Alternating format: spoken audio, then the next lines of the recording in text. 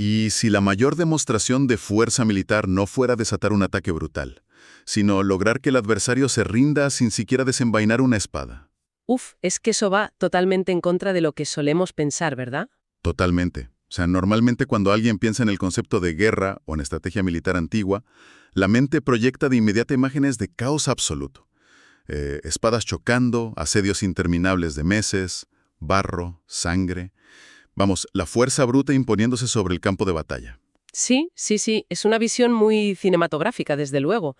La cultura popular nos ha condicionado a entender el conflicto como un choque frontal constante, como que el que golpea más fuerte y destruye más, pues es quien se alza con la victoria. Exacto. Existe esta expectativa casi instintiva de que para alcanzar el dominio absoluto se requiere provocar una destrucción absoluta. Pero luego nos sumergimos en el análisis de hoy para quienes nos escuchan y vemos los extractos del texto clásico de Sun Tzu, El arte de la guerra, y de repente esa imagen de destrucción masiva salta por los aires. Ya te digo, es fascinante.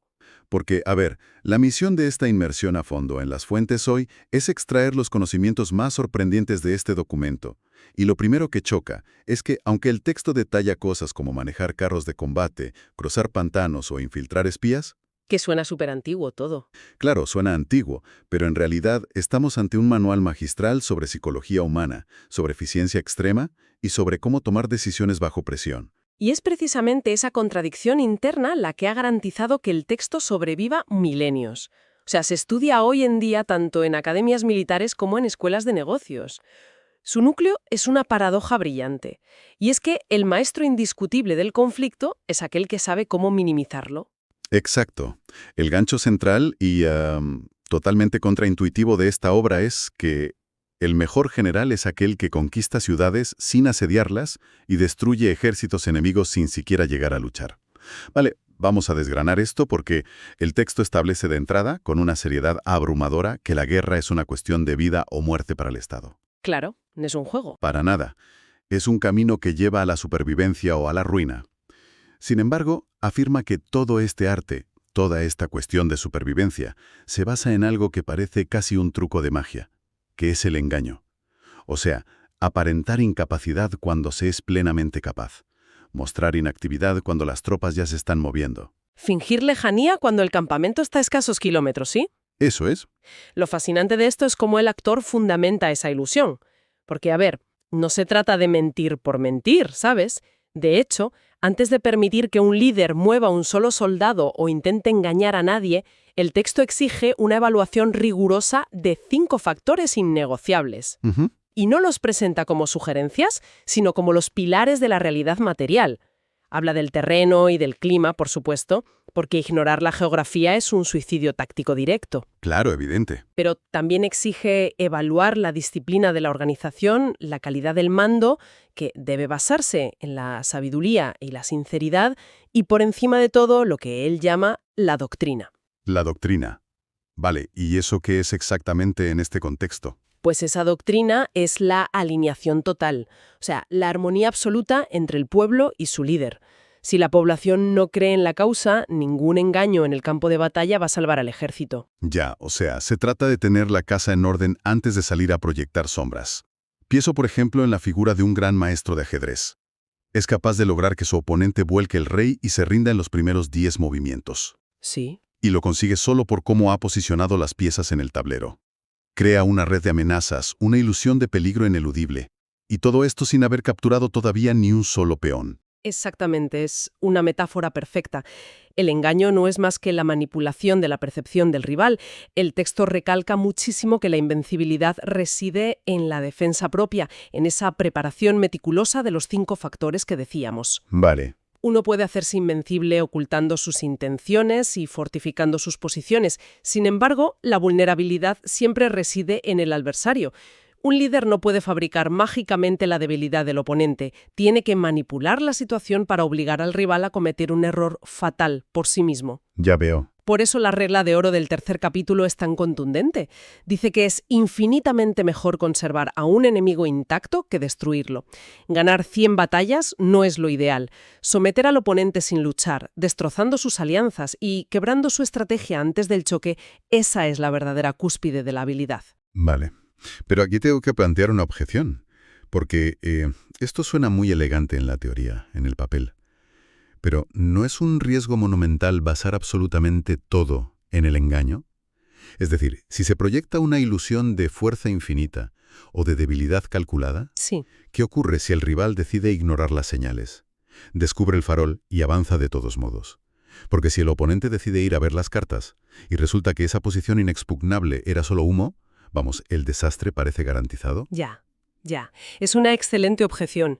Y es crucial entender que el autor no aboga por el engaño como un farol vacío o una apuesta de póker suicida, para nada. Condena tajantemente las tácticas desesperadas que surgen precisamente cuando un farol falla o cuando un líder abandona el cálculo por frustración. Claro. O sea, la peor táctica imaginable que describe es asediar ciudades amuralladas guiados por la cólera. Piensa que un asedio antiguo requería meses de preparación, de maquinaria pesada, rampas, logística. Una locura de recursos, vaya. Totalmente. Atacar por pura rabia, empujando a los soldados como hormigas a escalar murallas en vano, solo sirve para diezmar a las propias fuerzas. El engaño en este contexto funciona porque se basa en el conocimiento profundo, no en la simple esperanza. Entiendo. De ahí el proverbio más famoso de la obra, que seguro que a mucha gente le suena, el de si conoces a los demás y te conoces a ti mismo, ni en 100 batallas correrás peligro. Si un líder conoce sus propias limitaciones reales, nunca lanzará un farol que no pueda respaldar físicamente si las cosas se tuercen. O sea que el engaño es, en el fondo, una herramienta de optimización. Sirve para evitar el desgaste innecesario siempre que sea posible. Eso es. Pero claro, la prevención no es infalible. Si las ilusiones no bastan y el enfrentamiento físico se vuelve absolutamente inevitable, la naturaleza del texto da un cambio de paradigma radical. Se abandona esa paciencia infinita y ese cálculo pausado para exigir una velocidad fulgurante. Sí, cambia por completo el tono. Incluso llega a describir las armas no como herramientas de gloria, como solemos pensar, sino literalmente como herramientas nefastas o instrumentos de mal augurio. Porque una vez que comienza el choque físico, el tiempo se convierte en el peor enemigo imaginable. A ver, todo recurso tiene un límite. El autor argumenta con una frialdad matemática increíble que las campañas militares prolongadas agotan los suministros a una velocidad aterradora. Normal. Una máxima lapidaria en la obra que dice que los que a hierro matan, a hierro mueren. Significa que si se prolonga el uso de esas herramientas nefastas, el caos inherente de la guerra acabará devorando también a quien las empuña. Entonces, ¿qué significa todo esto? Si intentamos trasladar esta urgencia a un contexto más moderno para nuestra audiencia, es exactamente la misma dinámica que ocurre con un proyecto corporativo mal planificado. O, por ejemplo, el lanzamiento de una startup tecnológica. Si un equipo alarga la fase de desarrollo interminablemente, cambiando los objetivos sobre la marcha, buscando la perfección absoluta durante años... Ya sabes cómo acaba eso. Claro, ¿qué ocurre? Pues que se dispara el ritmo de quema de capital, los inversores pierden la paciencia, el equipo clave sufre el llamado burnout y pierde la motivación, y al final el proyecto entero fracasa estrepitosamente por puro desgaste temporal y financiero, no porque faltara talento o la idea fuera mala. Es una analogía impecable, la verdad. El desgaste prolongado es un veneno letal, sea en el campo de batalla o en el mercado. Y para evitarlo, el texto introduce principios de economía radical. Se centra de forma casi obsesiva en la logística de los suministros. Sí, lo de la comida es muy curioso. Muchísimo. Argumenta que una porción de comida arrebatada al adversario en la primera línea del frente equivale a 20 porciones transportadas desde la propia retaguardia. 20 a 1, madre mía. Sí. ¿Y por qué? Pues por la fricción. Transportar grano a lo largo de cientos de kilómetros requiere carretas, animales de tiro y porteadores, que a su vez consumen la mayor parte de ese grano durante el propio viaje. Así que alimentar a las tropas con los recursos del enemigo es un multiplicador de fuerza brutal. Tiene toda la lógica, claro. Se recomienda incluso recompensar generosamente a los soldados que capturan suministros enemigos y tratar bien a los prisioneros para que eventualmente se unan a las filas propias. El objetivo es sumar fuerzas propias mientras se restan las del oponente en el mismo movimiento. Sumar mientras se resta simultáneamente. Es una concepción de la eficiencia llevada al absoluto extremo. Y bueno, cuando aborda la ejecución física de ese ataque rápido para acabar el conflicto pronto, el texto divide la acción en dos fuerzas distintas. Sí, la ortodoxa y la heterodoxa. Eso es, la ortodoxa, que representa el ataque directo y estructurado, y la heterodoxa, que es el ataque sorpresa, la maniobra indirecta. Se afirma que ambas deben combinarse fluyendo como un círculo sin fin. Y para que ese círculo infinito de golpes directos e indirectos destroce al oponente, entra en juego la física pura y dura. El autor introduce el concepto del ímpetu, o el momentum estratégico. El ímpetu, vale. Es esa energía acumulada que hace que incluso un soldado que por naturaleza es tímido o miedoso se vuelva imparable y valiente en el momento preciso. La verdadera genialidad del planteamiento es que un sistema organizativo bien engrasado, sumado a un ímpetu preconstruido, supera con creces cualquier demostración de fuerza bruta individual o heroísmo aislado. La metáfora que utiliza para ilustrar este ímpetu es fascinante. Lo compara con rocas redondas precipitándose por la ladera de una montaña escarpada. A ver, una roca enorme y pesada que descansa en una llanura es inútil. Moverla requiere un esfuerzo muscular titánico por parte de las tropas. ¿Sí? Pero si se coloca esa misma roca en la cima de una pendiente pronunciada y simplemente se la suelta, la fuerza de la gravedad y el diseño del terreno hacen todo el trabajo letal. El líder no exige a sus soldados que empujen la roca a la fuerza, solo les pide que quiten la cuña que la sostiene. Ese es el secreto de la velocidad fulgurante. Las leyes del conflicto no son estáticas, fluyen y se desarrollan sobre ese ímpetu. La victoria no es una plantilla que se pueda repetir de forma mecánica. El buen mando crea deliberadamente las condiciones favorables, construye esa pendiente estratégica de la que hablas, para que la energía caiga sobre el rival de forma natural y devastadora. Sin agotar a las propias fuerzas, claro. Exacto, sin exigir milagros a la gente. Pero claro, para mantener una pendiente constante frente a un enemigo que también se mueve y para adaptar ese ímpetu sobre la marcha, la estructura de mando no puede ser un monolito rígido. No, para nada. Lo que conecta perfectamente con uno de los conceptos más reveladores de la obra, que es la adaptabilidad extrema y los defectos que pueden hundir a un líder. Aquí es donde se pone muy interesante, porque el texto abandona la metáfora de la roca y abraza la del agua. Qué bonito eso. Sí, se insiste en que las formaciones tácticas deben imitar la naturaleza del agua.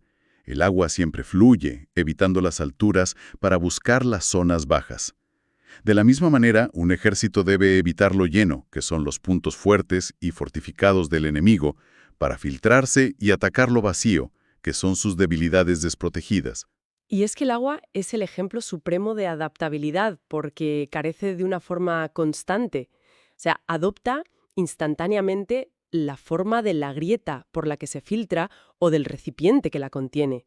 En estrategia militar, el estado más elevado al que puede aspirar una fuerza es alcanzar la no forma. La no forma, Sí, ser tan fluido, tan indescifrable en sus movimientos e intenciones que la red de espías enemigos sea incapaz de reportar un patrón claro.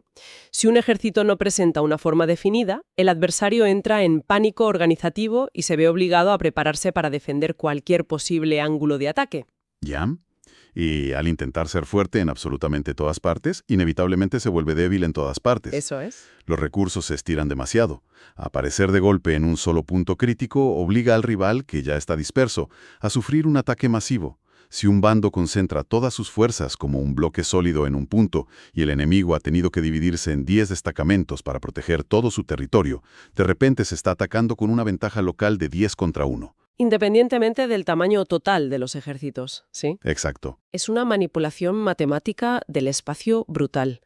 Pero claro, para lograr esa fluidez, para ser verdaderamente como el agua, el general a cargo necesita una mente de una claridad quirúrgica. Y es aquí donde el capítulo 8 lanza una advertencia muy severa sobre la psicología del liderazgo. Enumera 5 rasgos de la personalidad que conducen al desastre absoluto. A ver, cuéntame. Pues enumera a los temerarios, cuya falta de miedo los lleva a morir en emboscadas. A los cobardes, cuya obsesión por la autopreservación asegura su captura. A los iracundos, que pierden el control por provocaciones triviales. A los puritanos, obsesionados con el honor personal y fáciles de deshonrar. Y finalmente, a los compasivos. Espera, un momento. Necesito detener la máquina aquí. ¿Cómo que ser compasivo es un defecto letal? Ya. O sea, si el texto exige que el líder no sea un temerario suicida, pero tampoco permite que intente preservar la vida a toda costa como un cobarde, Y encima advierte que no se debe tener un sentido estricto del honor ni sentir compasión profunda. ¿Qué se supone que está describiendo? ¿A un sociópata? Entiendo la sorpresa, totalmente. Es que parece que describe a un robot calculador, gélido y carente de cualquier atisbo de humanidad, ¿no? Esto plantea una pregunta importante sobre dónde reside la ética cuando la supervivencia de toda una nación está en juego. A ver, puede sonar increíblemente frío al oído moderno, pero el autor está deconstruyendo cómo las virtudes, cuando son predecibles, se convierten en armas para el enemigo. Una compasión mal entendida o puramente reactiva es una trampa mortal. ¿A qué te refieres exactamente? Imagina la situación. Si un comandante enemigo sabe positivamente que el general contrario es excepcionalmente compasivo, pues maniobrará para amenazar a una población civil diminuta y sin ningún valor estratégico. ¡Ostras! Lo hará exclusivamente para obligar a ese general compasivo a acudir al rescate. El líder movido por la empatía inmediata caerá en la emboscada, agotará sus fuerzas cruzando terreno desfavorable y probablemente perderá la batalla y a su ejército, por intentar salvar una aldea, y al perder el ejército, condena a la nación entera. Ya lo entiendo. No se está haciendo una apología de la crueldad psicopática.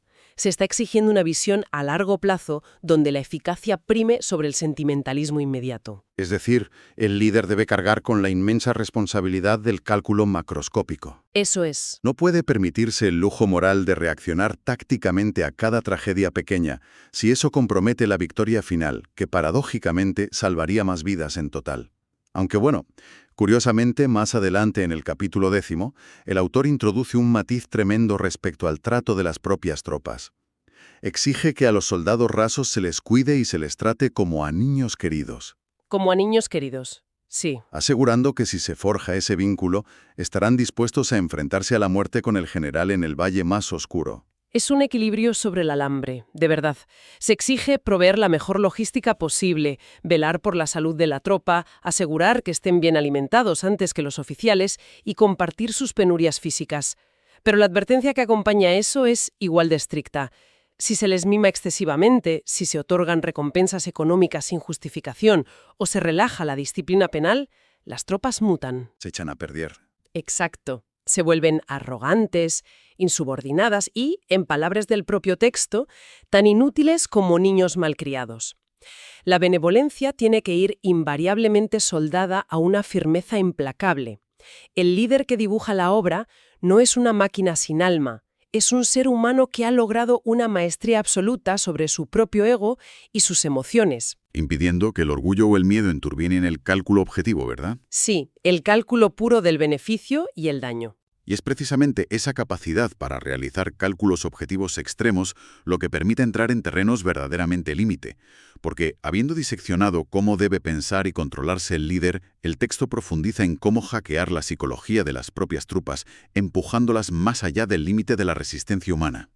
Esta parte es telita. Aquí entra el concepto de los 9 terrenos, donde destaca uno con una presencia abrumadora, que es el terreno mortal. El terreno mortal.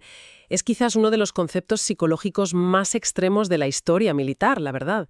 Describe una situación táctica muy específica, que es adentrarse tan profundamente en territorio hostil que cualquier ruta de escape razonable queda anulada. Con pasos montañosos bloqueados a las espaldas o ríos infranqueables cortando la retirada, las tropas se ven arrinconadas. Sin salida. Exacto. Ya no luchan por la gloria del Estado ni por el botín. Se ven obligadas a luchar pura y exclusivamente por su propia supervivencia animal. Literalmente la instrucción es, y cito, sitúa a las tropas en un terreno mortal y sobrevivirán. Qué fuerte suena, ¿eh? Es brutal. Es el equivalente histórico perfecto a la expresión quemar las naves. Volviendo a la analogía corporativa, para quienes nos escuchan, es como una empresa de nueva creación a la que se le acaba de terminar la ronda de financiación semilla. Uy, sí. No hay absolutamente ningún plan B. No hay un rescate gubernamental esperando, los inversores han cerrado el grifo y no hay red de seguridad para la nómina del mes que viene. Tienen que lanzar el producto en 30 días o la empresa desaparece para siempre. O lo sacas o te hundes. Exacto. Esa desesperación, ese abismo respirando en la nuca de cada empleado, unifica a la gente de una forma brutal. Saca a relucir una claridad mental, una erradicación del miedo al fracaso y una concentración de esfuerzos que, en tiempos de comodidad corporativa, con oficinas llenas de lujos, es sencillamente imposible de lograr. Todo el mundo coopera con una unanimidad feroz. Claro. se logra la eliminación total de la duda y la vacilación. El texto comprende que la naturaleza humana tiende a buscar la salida más fácil. Hasta que los soldados no se ven rodeados, sin la más mínima opción de dar un paso atrás, no desarrollan esa determinación fanática de resistir. Ya. Al arrancarles de las manos la opción de huir, la única salida posible hacia la vida pasa a ser atravesar el pecho del enemigo. Sin embargo, para que un general se atreva siquiera a maniobrar a miles de hombres hacia un terreno mortal, con garantías de que la maniobra funcionará y no será un suicidio colectivo, necesita apoyarse en el activo más valioso e indispensable del mundo. Y ese es el tema que cierra majestuosamente la obra: la inteligencia humana. El espionare. La obra es absolutamente tajante aquí. Afirma que la información previa, el conocer los planes del enemigo antes de que los ejecuten, es la base innegociable de cualquier éxito. Innegociable. Y subraya, casi burlándose de las supersticiones de su época, que esta información vital no desciende de los espíritus, no se adivina consultando oráculos, ni se calcula observando el movimiento de los astros. Se extrae exclusivamente de la boca de otras personas. Clasifica toda una red de espionaje en 5 categorías interactuando simultáneamente. Menciona a los espías nativos, a los informantes internos, que suelen ser funcionarios rivales descontentos, Y presta especial atención al manejo de la contrainteligencia, destacando por encima del resto a un perfil crítico, que son los agentes dobles. Espera, vamos a detenernos ahí. De entre todos los tipos de espionaje, ¿por qué los agentes dobles, que son por definición espías enviados por el enemigo para infiltrarse en tus filas, son la clave absoluta y los más importantes? Pues porque la información por sí sola no basta. Hay que controlar el flujo de la percepción. Un agente doble, una vez descubierto, sobornado y convertido a la propia causa, se convierte en el canal perfecto para inyectar desinformación directamente en la mente del general enemigo. Ah, claro. A través del agente doble se le puede hacer creer al rival que su plan está funcionando, mientras en realidad se le está guiando hacia una trampa. Es el nivel supremo del engaño del que hablábamos al principio. Además, el agente doble es quien mejor conoce la estructura de inteligencia enemiga y puede ayudar a reclutar a los otros tipos de informantes locales. Es brillante, la verdad. Y aquí surge otra paradoja masiva que me voló la cabeza al repasar las notas para hoy. El autor exige tratar a todos estos espías con una familiaridad inusual, garantizando el máximo secreto y bañándolos literalmente en oro y recompensas superlativas. Sí, no es Katio. Argumenta que el gasto en espionaje debe ser el presupuesto más abultado del ejército. Pero ¿no resulta tremendamente paradójico que el mayor acto de empatía o humanidad hacia el propio pueblo, según este manual, sea gastar fortunas obscenas en sobornos, engaños y en financiar a traidores a sueldo? Si conectamos este punto final con el panorama general de toda la filosofía de Sun Tzu, la paradoja se disuelve. Y de hecho se revela la lección ética más profunda de toda la obra. Pensemos en las matemáticas de un conflicto bélico. Una guerra prolongada cuesta decenas de miles de vidas en el campo de batalla, arruina las cosechas, destruye la infraestructura y sume a la economía de un país en el caos durante generaciones. Desolador, sí. El autor argumenta que negarse a pagar grandes sumas de dinero a un puñado de espías para obtener la información crítica que podría terminar la guerra en una sola tarde, y todo por un falso sentido del ahorro financiero o por mantener un puritanismo moral frente al soborno, es el acto de negligencia más atroz. El texto tacha literalmente esa actitud de ser extremadamente inhumana. No conocer la situación exacta del adversario por intentar ahorrar unas monedas de euro en inteligencia es el mayor crimen que puede cometer un líder contra su propio pueblo. Es una redefinición implacable de lo que significa ser un líder ético en medio del caos. O sea, lo ético no es buscar un choque frontal honorable en un campo abierto donde el valor se demuestre con ríos de sangre. Lo ético es la eficiencia gélida que salva vidas. Financiar a un traidor para evitar movilizar a 100.000 jóvenes hacia una muerte segura es la inversión más profundamente humana que existe. Es verdaderamente fascinante. Lo es. Si tratamos de resumir todo este denso viaje a través de conceptos milenarios, queda meridianamente claro que la verdadera maestría sobre el conflicto no tiene absolutamente nada que ver con el ansia de destrucción o el deseo de la batalla. Reside en la sutileza, en la capacidad de volverse tan fluido e indescifrable como el agua que fluye hacia el vacío. Reside en el cálculo minucioso de cada variable concebible antes de dar un paso. El clima cambiante, la topografía del terreno, la psique de las propias tropas sometidas a estrés extremo y las vulnerabilidades psicológicas del oponente. Consiste en dominar la física del ímpetu y, por encima de todo, en el conocimiento quirúrgico de la naturaleza humana mediante la inteligencia. Totalmente. La fuerza física bruta y el derramamiento de sangre son siempre el último y desesperado recurso. Son la señal inequívoca de que la estrategia superior ha fallado. Y exige un dominio tiránico de las propias emociones por parte del líder, lo cual nos deja con una reflexión final bastante provocadora para quienes nos escuchan. A lo largo de los capítulos el texto insiste de forma casi obsesiva en que las armas son invariablemente presagios de ruina. Hay una cita específica hacia el final que resuena con una gravedad profunda, y es: un gobierno no debe movilizar un ejército por ira, y los jefes militares no deben provocar la guerra por cólera, porque la muerte no puede convertirse en vida. ¡Qué gran verdad! A la luz de esta sabiduría tan obvia, tan pragmática y tan venerada a lo largo de los siglos, resulta escalofriante mirar a nuestro alrededor. ¿Cuántos de los conflictos modernos que inundan las noticias, ya sean crisis geopolíticas catastróficas a nivel internacional, o si bajamos la lupa, los hundimientos de gigantes corporativos, las guerras de despachos y las rupturas de sociedades empresariales? Que hay muchísimas, por cierto. Muchísimas. ¿Cuántos de ellos se inician pura y exclusivamente por egos heridos? Por el orgullo ciego de directivos o gobernantes y por la rabia impulsiva ante un desaire público. Se ignora de forma flagrante este arte milenario del cálculo y la prevención para dar rienda suelta a la cólera, activando una maquinaria pesada que, al final, solo deja un rastro de desgaste y destrucción masiva, donde, inevitablemente, nadie gana. Un excelente recordatorio para observar con una mirada más afilada las dinámicas de poder que nos rodean hoy en día, para aprender a identificar la ilusión del engaño en los discursos, para valorar la fluidez sobre la rigidez, y tal vez para recordar que el mayor triunfo siempre será encontrar la manera de vencer sin tener que desenvainar nuestra propia espada.